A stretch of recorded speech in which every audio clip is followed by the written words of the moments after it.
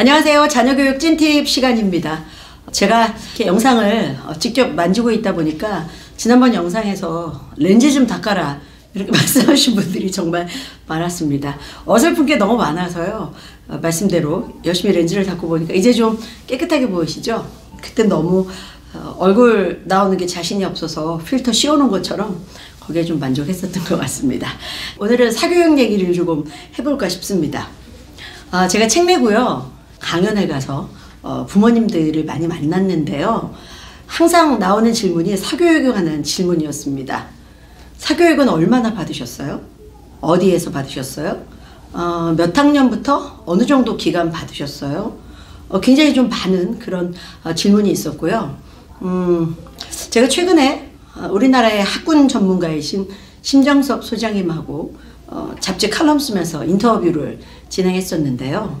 그때 그분께 들었던 얘기가 사교육에 관해서 마음에 딱 남는 얘기가 있었어요. 사교육은 우수한 아이들이 최상위권으로 올라가는 데는 큰 의미가 있지만 보통의 아이들을 유의미한 수준까지 끌어올리기에는 조금 힘든 구석이 있다. 그런 말씀을 하셨습니다. 왜? 사교육을 해도 안 된다고? 그만큼 학습은 본인의 열정과 의지가 있어야 결실이 좌우되는데 이미 상위권에 올라가 있다는 것은 본인이 공부할 의지가 좀 있는 친구들이 많죠. 그래서 사교육을 받았을 때 도움이 되지만 본인의 열정과 의지가 없는 한 유의미한 수준까지는 사교육으로도 쉽지 않다. 뭐 이런 의미로 말씀하신 것 같습니다. 2028년도 대입 개편안 때문에 요즘 중학생 어머님들도 그렇고 입시가 어떻게 변하느냐 많은 말씀들을 하시죠. 그래서 학원에서 열리는 설명회도 정말 많고요. 사교육권에서는 이미 여러 가지 얘기가 들리고 있습니다. 우연히 제가 책을 하나 발견했는데요. 영국 수학자고 이론 물리학자고 옥스퍼드의 이 천체 물리학 박사 학위를 받았던 케임브리지의 교수, 안타깝게 2020년에 세상을 타계하셨는데 존 베로 교수가 쓴 책 중에 1 더하기 1은 2인가? 라고 묻는 책이 하나 있습니다. 1 더하기 1은 2라고 우리도 배웠고 아이들을 그렇게 가르치기도 하죠. 1 더하기 1은 2인가? 이 책은 수학의 본질에 대해서 말하고 있는 그런 책입니다. 작은 아이에게 어느 날 덧셈을 가르치기로 마음을 먹고 그래도 학교 가기 전에 더하기는 할 줄 알아야 되지 않을까? 덧셈을 가르친 적이 있었어요. 연필이 한 개 있어. 그런데 또 친구가 연필을 한 개 줬네. 그래서 내 연필이 몇 개가 됐지? 2개가 됐어. 이걸 덧셈이라고 하고 반대로 2개 있던 연필에서 하나를 누가 가져가면 1개만 남잖아. 이걸 뺄셈이라고 하는 거야. 이해를 했는지 고개를 끄덕끄덕였습니다. 그러더니 저한테 이렇게 질문하더라고요. 근데 엄마, 찰흙 하나에 찰흙 하나를 더하면 조금 큰 찰흙 하나인데 왜 2야? 그 질문을 받고 제가 사실 대답을 못했습니다. 그렇게 생각해 본 적이 없었거든요. 수학은 사실 어떤 규칙에 의한 학문이죠. 어떤 기준이 있고 본질이 비슷한 것들을 어떤 규칙에 의해서 또 연산이라고 하는 체계에 맞춰서 수식으로 표현해내는 건데 어린아이한테 그런 얘기까지는 할 수 없었지만 한 번도 생각해보지 않은 얘기였습니다. 그러네. 한 숟가락의 물과 한 숟가락의 물을 더하면 2숟가락의 물이라고 우리는 상상하지만 아이들이 보았을 때 여전히 조금 양이 많아진 한 숟가락의 물일 수도 있겠다. 제가 아이에게 문제지를 주고 이제 출근을 했는데 전화가 온 적이 있었어요. 엄마, 나 이런 수학 문제지 풀 수 없어 라고 얘기를 하더라고요. 문제에서 18리터의 우유를 3사람이 나눠 먹으래. 제 머리엔 이미 공식이 섰죠? 18 나누기 3. 근데 아이가 이렇게 말하는 겁니다. 엄마, 18리터짜리 우유 본 적 있어요? 저는 생각을 안 해봐서 글쎄 라고 했더니 있지도 않은 우유를 가지고 문제를 만드는 건 이건 사기야 라고 얘기를 해서 이거 어떻게 대응하지? 난처했던 적이 있어요. 공부하기 싫어서 꾀를 낸 건지 아니면 아이는 그런 생각을 처음으로 해봤던 것인지 뒤에 굉장히 좀 여러 가지를 생각하게 된 그런 질문이었다고 생각합니다. 사교육이 필요한 이유를 우리는 생각하죠. 이 아이가 생각하는 것에 뭔가가 미치지 못했을 때, 조금 더 궁금하고 알고 싶고 그런 영역까지 나갔으면 좋겠다고 생각할 때, 그럴 때 사교육이 필요한 아이들이 있고요. 남들이 다 아는 수준까지 도달하지 못했을 때, 그것을 남들이 다 아는 수준까지 올려주기 위해서 사교육이 필요한 경우도 있습니다. 아이들은 능력이 다 다르고 환경이 다 다르고 관심 분야가 다 다르고 배경이 다 다르니까요. 똑같은 교육으로 일률적으로 이해시킬 수는 없는 거죠. 그런 의미에서 사교육은 필요하다. 생각의 깊이가 여기까지 맺힌 아이도 있는가 하면 저 위에까지, 저 아래에서 더 많은 걸 보는 아이들도 있기 때문에 그 아이들의 개성에 맞게끔 필요한 사교육은 필요할 수 있다라고 저는 생각합니다. 본인이 원했던 것을 조금 더 궁금증을 풀어주기 위한 것들, 그런 사교육의 의미는 굉장히 의미 있다고 생각하는데, 지금 우리가 생각하는 사교육은 그냥 선행해서 진도를 빼고 남들보다 조금 더 배워서 경쟁에서 이기고 그래서 더 좋은 학교를 가고 그것이 사교육의 온상이 된 것처럼 변질이 돼버린 거 아닐까라는 생각이 들어요. 그냥 사교육하면 학원이 떠오르고 선행학습과 심화학습을 하는 공간, 그래서 성적이 잘 나오도록 만들어주는 곳. 우리에게 이제 그 사교육은 하나의 똑같은 결실을 만들어내는 장소가 되어버렸죠. 어쨌든 이러한 사교육의 의미로 아이들은 공부를 하고 상급학교에 진학을 합니다. 저도 사교육원에 아이를 보내봤습니다. 단 아이의 기질에 따라서 사교육을 좀 다르게 응용했습니다. 스스로 뭔가 하기를 원하면 주변 살피지 않고 본인이 꽂혔을 때 공부하는 아이에게는 본인이 필요한 과목 중심으로 필요한 곳에 가서 그 수업을 들을 수 있도록 사교육에 도움을 줬고요. 경쟁심이 강하고 누구보다 1등하고 싶어하고 이기고 싶어하는 아이에게는 학생 수가 너무너무 적어서 늘 1등하기 쉬운 곳, 한 3, 4명밖에 없는 동네 보습학원에서 수학 사교육을 받게 했었습니다. 늘 1등하고 오기 때문에 본인이 굉장히 잘하는 줄 착각을 했었을 겁니다. 어찌 보면 좀 자존감을 높여주는 기회였다고 할까요? 저는 사교육도 아이에 따라서 맞는 사교육이 따로 존재해야 된다고 생각합니다. 공교육만으로 다 될 수 있으면 너무 좋지만 다 다른 기준에 의해서 양육되기 때문에 일정 부분의 사교육은 필요하지 않을까. 사교육을 이용하실 때 우리가 조금 생각해야 되는 것이요.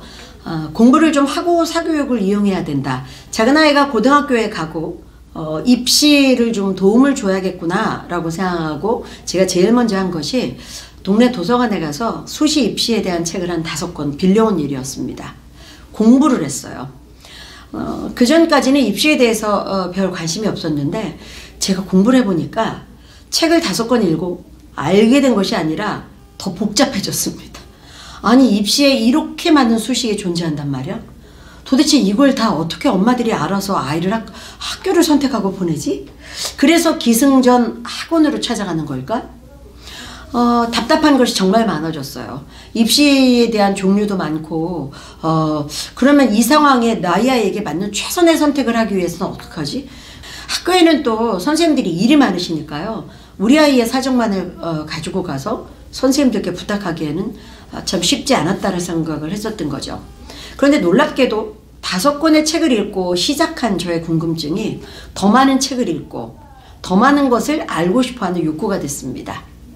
희한하게도 제가 전혀 모르고 학원 설명회에 갔을 때는 기승전 이 학원을 보내야겠다. 저 수업을 듣게 해야 되나 보다 라고 생각했는데 공부하기 시작하니까요. 기승전 조금 더 알아보고 학원을 선택해야겠다 라는 생각이 들기 시작했다는 거죠. 전혀 모르는 상태에서는 누군가 잘했다 그러면 휘둘리기 쉽습니다. 왠지 따라가야 할 것 같고. 근데 조금 알기 시작하니까 그 아이와 우리 집 아이는 분명히 다르다는 것, 그리고 아이마다 상황이 다르다는 것을 인식하고 나니까 사교육을 이용하는 데 있어서도 조금 다른 생각을 갖게 했습니다. 학원을 안 다닐 수 있으면 너무 좋죠. 하지만 아이마다 다른 학습 상황에 따라서 조금의 도움이 필요하다면 기왕이면 제대로 알고 이용하는 것이 좋다. 사교육에서 정말 사라져야 될 게 하나 있습니다. 욕을 잠깐 하겠습니다. 정말 그놈의 레벨 테스트. 그놈의 레벨 테스트 때문에 많은 엄마들이 절망하고 아주 어렸을 때부터 레벨 테스트를 했는데 우리 애는 A반이야. 그 집 아이는 어느 반이야? 라는 이런 질문 때문에 엄마들 자존심 게임하느라고 정말 그놈의 레벨 때문에 내 아이가 이것을 잘 이해하고 넘어갔는지를 확인도 하기 전에 같이 시작한 아이들이 더 높은 레벨 반에 들어갔다 그러면 마음이 불안해지기 시작합니다. 괜찮은 걸까? 이런 불안 마케팅에 또 휘둘리게 되는 거죠. 언젠가 큰아이가 기숙사에서 주말에 이제 집에 왔어요. 그래서 제가 빨래를 개고 있는데 제 옆에 앉아서 같이 빨래를 개주다가 저에게 이런 얘기를 한 적이 있습니다. 어머님의 그 너무 놀라운 열성 덕에 제가 어느 부분에 수학이 펑크 나서 때우느라 정말 고생을 했습니다. 처음 듣는 얘기라 깜짝 놀랐어요. 정말? 이라고 했더니 저도 그놈의 레벨 테스트 때문에 함께 휩쓸려서 아이가 듣고 있는 어느 반에 조금 더 높은 반에 갔으면, 조금 더 선행하는 반에 갔으면 중학교 때 아마 아이에 대한 욕심을 부렸겠죠. 과정을 이해하지 못한 채로 넘어가게 해서 나중에 고등학교에 진학해서 그 틈이 난 부분을 본인이 이해하고 메우느라 좀 힘들었다는 얘기를 그제서야 들려줬습니다. 왜 얘기하지 않았어? 라고 했더니 어차피 제가 넘어가야 될 산이었으니까요 라고 말을 해서 미안하기도 하고 다시 한번 반성을 했던 기억이 있었어요. 정말 수학은 남 따라서 갈 것이 아니구나. 친구 따라 강남 가다가 큰일 나는 게 수학이구나 라는 생각을 했습니다. 아이들마다 어떤 챕터를 이해하는데 오래 걸리기도 하고요. 또는 과거에 공부해온 이력이 다 다르기 때문에 산술적으로 이만큼의 시간이면 이만큼 하더라라는 것이 통용되지 않는 부분이라고 그래서 아주 깊게 후회를 한 적이 있었습니다. 남들만큼 하는 것이 당연히 좋고 같이 시작했으면 앞서가는 것이 싫을 부모는 없을 것이라고 생각합니다. 그런데 앞만 보고 달리다가 현재의 개념을 놓치면 나중에 2배, 3배 고생하는 것이 수학이더라. 그 뒤부터는 아이가 이해하고 넘어가는 것을 전적으로 믿고 아이의 말을 따랐던 기억이 있습니다. 학원에 간 아이들이 모두 다 열심히 공부할까요? 학교에서 공부하지 않으면 학원에 가서도 열심히 하지 않을 수 있을 것이다 라는 얘기를 하시는 분들이 참 많습니다. 여러분들 스카이캐슬이라는 드라마 보셨죠? 한 11년 전에 강남엄마 따라잡기라는 드라마가 있었습니다. 그 드라마도 강남의 뜨거운 교육열을 얘기했었는데요. 니슨코리아의 최고 시청률로 제가 알기에는 스카이캐슬이 한 23%쯤 나왔고요. 강남엄마 따라잡기가 제 기억에 한 15, 6% 정도가 나왔던 것 같아요. 굉장히 높은 시청률을 보여줬던 드라마인데 두 드라마는 극성스러운 어떤 교육 열성지대 이야기를 하고 있습니다. 신기하게도 이 두 드라마가 11년의 간극의 차이를 보여주고 있는데 비슷하게 나오고 있는 대사 한 대목이 있습니다. 드라마를 보다 깜짝 놀랐어요. 아니 11년 전에 나온 대사가 11년 뒤에 그대로 나왔단 말이야. 10년이면 강산이 변한다는데 이 대사는 왜 그대로 보여줬을까요? 우리의 교육은 11년이 지나도 별로 변한 게 없다라는 반증이 아닐까 싶었는데요. 제가 기억하는 게 명확한지 모르겠습니다만 대사에 이런 부분이 공통적이었습니다.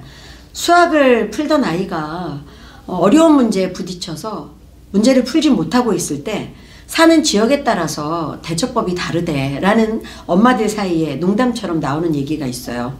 그러니까 엄마들이 묻겠죠. 어떻게 다른데? 라고 물었더니 이렇게 얘기합니다. 서초동 사는 엄마들은 이렇게 얘기한대. 아빠에게 빨리 전화해라. 저녁에 퇴근 빨리 하셔서 좀 가르쳐 달라고. 서초동은 법원단지죠. 판검사, 변호사의 아빠들이 정말 많은 곳. 그래서 아빠를 부르고요. 압구정에 사는 엄마들은 손을 잡고 이렇게 얘기한대. 드디어 네가 유학갈 때가 됐구나. 부자가 많은 동네. 그런데 또 대치동에 사는 엄마들은 아이가 수학 문제 몰라서 끙끙대면 이렇게 말한대. 걱정하지 마. 엄마가 아주 좋은 학원 알아놨어. 그리고 그 외 나머지 기타의 엄마들이라고 표현합니다. 그 외 나머지 엄마들은 이렇게 얘기한대. 몰라?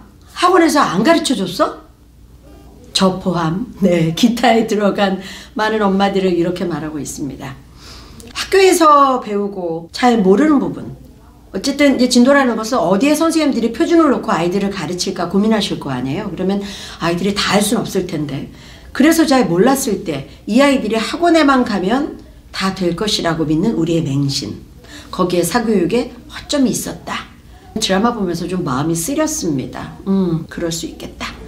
우리가 사교육에서 가지고 있는 어떤 그 맹신이 자칫하다가 내 아이를 오히려 열심히 하는 그 집단에 어떤 표준을 깔아주는 일이 되면 어떨까라는 불안들을 한 번쯤 가져봐야 되지 않을까 하는 생각을 해봅니다. 교육의 길은 너무 멀고요. 아이들의 학습을 가르치는 것은 엄마들의 본연의 업무는 아닐 겁니다. 할 수도 없고 전문 분야도 아니니까요. 아이들이 무엇을 지금 어떻게 하고 있는가, 아이들에게 이야기 듣고 진짜 어려워하고 있는 것이 무엇인가. 중요한 것은 엄마의 자존심을 내려놓는 일입니다.